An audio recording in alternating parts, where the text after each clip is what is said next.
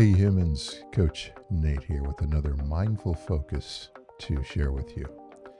In today's post, it reads, worries and tensions are like birds.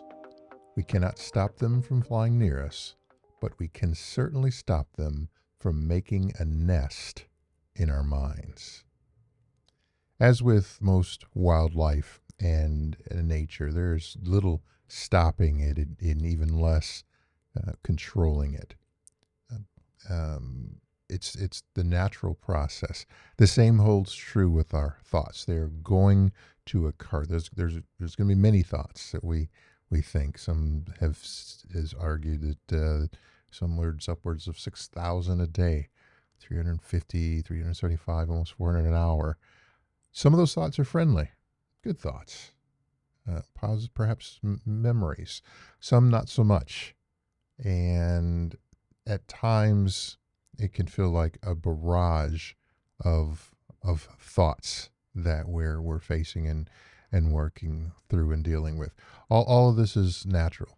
Some days it can be manageable. Others, overwhelming. It really depends on the situation and what we're dealing with, what sort of challenges, who we're interacting with. The trouble comes when we allow those thoughts to linger, to take up residence, to move in, to get comfortable, to dwell, to build a nest. That then becomes a process where it can those thoughts can infest our mind, building a dam, if you will, like a beaver, of blocking positive, productive, good thoughts, stifling our creativity, problem solving skills, and ability to work through, impacting our energy negatively, and creating a restriction in the flow, dampening our spirits, even eroding our hope. This downward spiral then can get to the point where it erodes our confidence, and then we start overthinking. We start creating scenarios in our mind, the likes of which Stephen King would be envious of, creating a narrative, more than often a false narrative, of something that is completely inaccurate, untrue, made up, generated in our mind, all stemming from a thought that we had, and then we find ourselves feeling paralyzed, all from a thought. Nothing happened. There was no action that occurred. There was no event that occurred after the process. There may have been one to start it. But here we are. We've worked ourselves up into this with a thought. So in terms of the let go, live now, win. The how do we let go, live now, and win? Again, as I mentioned, we cannot stop the thoughts from occurring, but we can be intentional about managing them. I'll say that once again. We cannot stop thoughts from occurring, but we can be intentional about managing them. So what does that mean? What is that in more words? Managing thoughts can feel like, in some days, we're just tidying things up and putting things in their respective places and where they need to go, while other times it can feel like dodging asteroids in a minefield of asteroids that's coming at us, like we're in the Matrix. All that we can do to get through them. Knowing that when it feels like it's unbearable, when it is challenging, when it feels like it is overwhelming us, reminding ourselves that these thoughts are not truths. They are thoughts. Thoughts stem from what? Our imagination. We have created that in our mind from our perceptions. Those are our thoughts. That does not necessarily dictate, determine, decide that those are facts.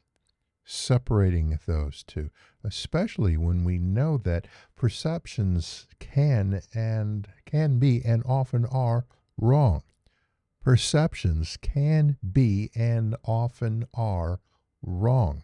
We have these great imaginations. We've got this incredible supercomputer that sits on our shoulders, our minds, that enables us to problem solve and find ways to solve things, to work through. Great tool, great strength. There's a saying that says your greatest strength can also be your greatest weakness. In this case, that's true.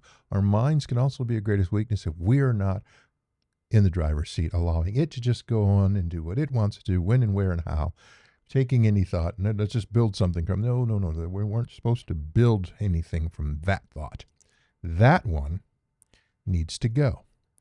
We'll hold on to these because these are pieces of that we can work with, tools, wood, resources that we can make something out of. The rest goes. How is that done? There's this process called thought stopping and replacement. And what that is when a thought occurs, if it's a thought that we determine it does not serve us, this is just a thought. It comes from a perception or imagination. It's something that popped into my head that occurs that may not be true. You've got to go. I'm evicting this thought. That's the stopping. You've got to go. You're evicted. Your lease is up. You don't get to stay. Please leave the premises.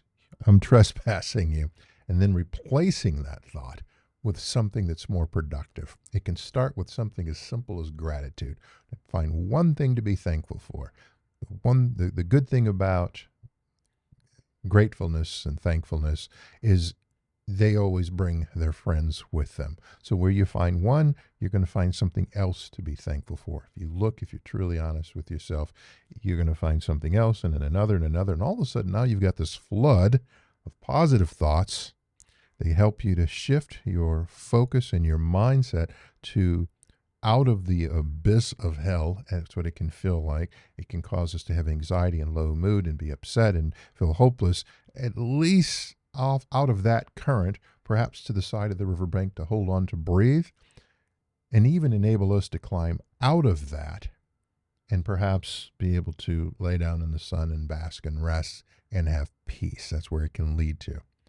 It's a process that we must practice over time, learn to be able to do it quickly when those thoughts occur, not allowing them to overstay their visit, build a nest, jettisoning them, build that into a habit, build it into our subconscious, and then when, not if, adversity strikes, challenges occur, when it occurs again, we're in autopilot mode on how to get the right thoughts where they need to be and the wrong thoughts away from us that don't serve us, that hinder our growth.